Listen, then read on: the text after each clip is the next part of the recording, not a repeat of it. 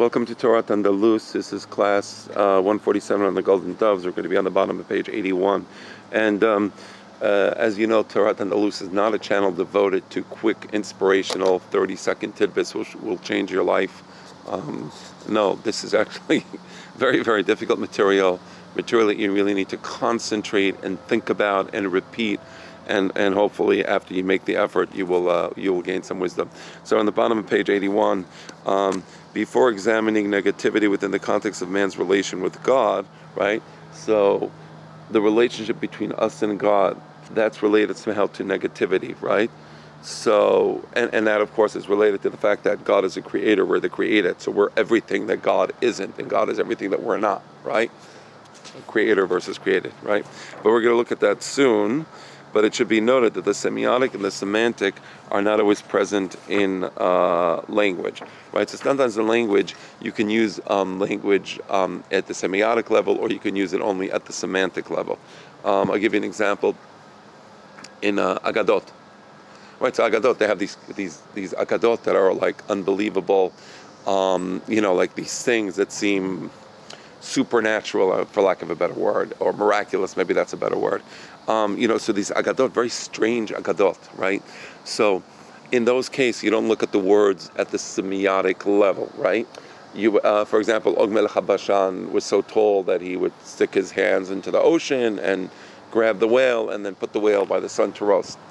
So in those types of Agadot, you don't look at the semiotic level of the words, right?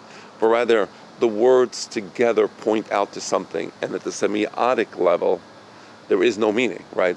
Meaning, the Agadah is not actually telling us that Og Melech HaBashan was 93 million miles tall. Distance from Earth to the Sun is 93 million, so presumptively he must have been close enough to reach to the Sun, right? So that's not what the Agadah is saying. So at the semiotic level, the Agadah is meaningless, but there is a semantic meaning, so it's pointing out to something, right? So that's the idea where language is used semantically but not semiotically, right? So formal logic, for instance, functions only at the semiotic level, and then if you have logic, like say Greek Aristotelian logic, there is no semantics there. So for example, the logical idea, if A is greater than B, right, and B is greater than C, then logically A is greater than C, right? So that's just a semiotic statement. There is no it's not pointing out to something out there. Oh, it's telling us about the notion of greatness, or no, it's not. So that's where language functions purely semiotically, right? So you see those two opposite, right? Okay, formal logic, for instance, we said, in surrealist poetry and certain forms of myth, we find semantics that are semiotics, right? So when you have surrealistic poetry, I don't have any examples, I'm sorry, I haven't studied surrealistic poetry, but just, the fog rolls on little cat's feet. So that's a poem, let's say. So the fog rolls on little cat's feet. Is it saying that the fog is somehow rolling on little cat's feet? Is that meaningful? It's meaningful semantically. What you mean to say is that the same way little cat's feet are very silent and you can't hear the cat approaching, the fog comes in silently, right? So that's an example of poetry. And in mythology, so when you have myths come to myths, and this is Jungian psychologists especially, for example, Robert Johnson. So he talks about Greek mythology, and how Greek mythology expresses certain things about the psyche of these people, or let's call it the archetypes, right? Because archetypes are more like national or more collective. So Greek mythology doesn't express an actual physical truth that took place as the words describe it, rather it's a symbol for something else, right? This is a specific situation of the language of dreams. The language of dreams is a pure semantic composition, because if you see something in a dream, if you see, a bird swimming in the ocean and a fish flying in the sky, the dream is not trying to convince you that fish can fly in the sky and that birds can swim in the ocean, but rather these are all symbols pointing out to something outside, and the combination of the symbols is what points out to whatever it is that's being pointed out to, right? Which does not tolerate any semiotic elements. Obviously, right, you can't take literally the things you see, the elements you see in the dream cannot be taken literally. They have to be taken as symbols. And usually it's a combination of the symbols that points to the meaning. That's semantics, right? This is why, as Freud noted, the word no does not seem to exist for a dream, right? Because the word no is a negation. That would operate at the semiotic level, means you're negating something. But how can you negate something semantically? Right. I'm not sure what Freud meant by this, right? Likewise, Freud stressed the fact that in analysis, we never discover a no in the unconsciousness, right? Within a semantic composition, negation, as mentioned earlier, is differential. Because really what you're doing at this, at the semiotic level, you can say, no. Can I get you a cup of coffee? Would you like to drink coffee? No. That no means no, I don't want a cup of coffee. It's very simple. The meaning of the words is what there are. There's no symbol behind it. Now, if you're dealing with a semantic composition, like a dream, like surrealist poetry, so all no means in that case is a differential no, because in semantics you're combining words together, and together they have a meaning, the juxtaposition and the combination of the words. So all no can be. No is not an absolute no, but no is a relative no within the context of those words. So it's differential, right? Yeah. Without semiotics, there is no logic, right? Yeah, right, because semantics is not logical, right? There's nothing logical about, again, getting back to Es Hagim, the tree, and then the word life, and that meaning Torah. That's not logical, right? There's no logic to it. It's just you understand it, you get it, you understand what it's pointing to, right? I apologize for the background noise, not within my control, right? I was once invited to lunch in the city in a very, very fancy restaurant, and we were sitting outside. It's so funny.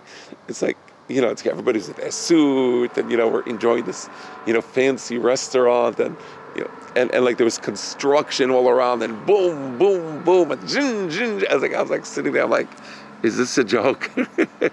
I felt bad for the guy who took me out for lunch, but like everybody's sitting there, we're all pretending like this is normal. Yes, y'all, can you please pass me the Grey Poupon mustard? Anyway, I guess living in the city or close to the city has its pluses and has its minuses. Right. So getting back to the book, right? Without semiotics, without semiotics, there's no logic, right? Logic only functions at the semiotic level, as noted before, right? Hence, the freedom of association characteristic of dreams, and because there is no logic to the association of symbols to what these things are symbolizing, right? It's not a logical thing, right? There's kind of an associative relationship, not a logical relationship. So, for example, if you see the trees fall, a tree falling and all that, no, let's use a better example. Let's say somebody sees his teeth falling out in a dream. That's a very powerful symbol. You associate that with whatever it is, or perhaps impotence, or perhaps something else, right? Or lack of power, lack of strength, lack of vitality, right? So that's associative. It's not logical. So without semiotics, there's no logic, but the flip side is the freedom of association characteristic of dreams, precisely because dreams are a pure semantic composition, excluding syntax. There is no syntax. When you see a beautiful painting and you try to understand, this comes to symbolize how man is alone in a dark universe, and the cosmos is vast, and there is no meaning to man's life in this dark cosmos, and the cosmos will go on to infinity while man is just a speck of dust in a particular place in a particular time. Okay, so I just saw that in a painting, right? And I'm like, that's not logical. I'm kind of putting the different elements of the painting together to understand the message of the painting, right? So there's no syntax to that, because in language, in words, there's syntax, right? If I say the mosquito bit Jane, I understand it's a mosquito is the subject and Jane is the object, right? It's not Jane, the mosquito bit Jane doesn't mean Jane bit the mosquito, right? Could be. The syntax, for example, Verab Ya'abot Sa'ir in Perashat Toledot, the syntax allows for both, right? So every language has syntax. So there is no syntax when you're looking at a purely semantic composition, right? And that's why the derashot oftentimes are devoid of syntax, right? You'll have a derashah where you take a word from a pasuk and you can completely disassociate it from the rest of the words in the pasuk, right? Like v'initem tafshotechem v'tishal hachodesh me'erev ad erev tishpetu shabbatechem. It's clear what the pasuk means. V'initem tafshotechem means you shall make inui, referring to the 10, and then it says v'tishal b'chodesh ba'erev me'erev ad erev tishpetu shabbatechem. Now the Chachamim ignore the atnach in the pasuk tishpetu shabbatechem.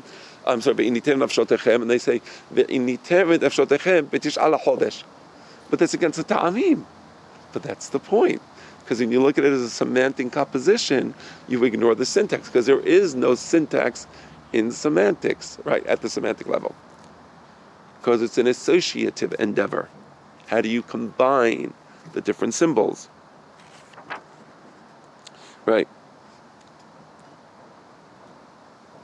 So the relation of words to things is inverted. Oh, I'm sorry. So precisely because dreams are a pure semantic composition excluding syntax, the relation of words to things is inverted. Things stand for word. That's a great one, by the way. So when I speak, my words are signifiers which stand for signified, right? The apple tree, that's word. Apple tree, that's sound. Apple tree, right? That sound, apple tree, refers to an apple tree. So in your mind, you're thinking apple tree, right? Right? In dreams, it's the other way around. The symbols you see in the dreams are actually referring to words. So it's inverted. It's really amazing, actually.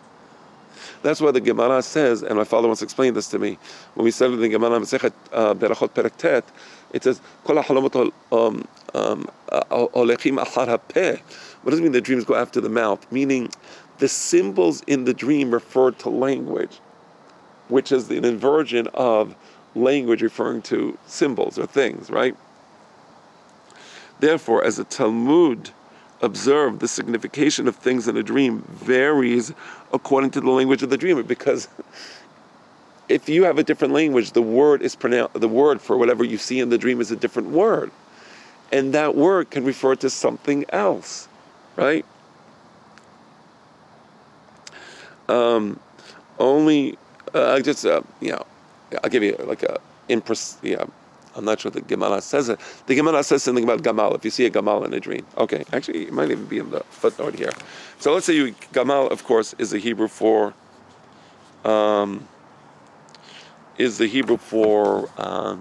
camel. Now, in Hebrew, Gamal, so you see Gamal, ligmol, to give. So maybe it means, you have to have a dream, and the whole dream has to be interpreted for that individual, right? But Gamal means ligmol also, to give. So maybe the dream has something, the theme of the dream is giving, right? Because the word Gamal is associated with the word Gamal. Gamal means camel, but also means gave. So somebody gave. Now, that's if you speak Hebrew. If you speak English, camel doesn't mean to give. So what does it mean? I don't know. Maybe it's associated with camel cigarette. Right? Just again, that was a facetious comment, but I just want you to understand the methodology. So I use that facetious comment or example just so you understand how, if you're an English speaker seeing camel, it's not like if you're a Hebrew speaker seeing gamal, right? So that's why the signification of things in a dream varies according to the language of the dreamer. After the speech, the person speaking. Only imprecisely can one speak of either the syntax or logic of the language of dreams. There's no syntax to dreams and there's no logic to dreams. And actually, dreams are very illogical, right? It's the opposite of Greek logic. Outside the realm of semiotics, language knows rhetoric rather than logic. So all you have at this level is rhetoric. You're just kind of like beautiful, sunrise, beautiful rainbow, unicorn jumping over the rainbow, right? There's no logic to any of that. I never saw unicorns in my dream, and I hope I never see unicorns in my dream. But I'm just bringing that as an example. So this has nothing to do with logic. So next time we're going to be dealing with man's relationship to God in terms of negativity. That will be in the next class.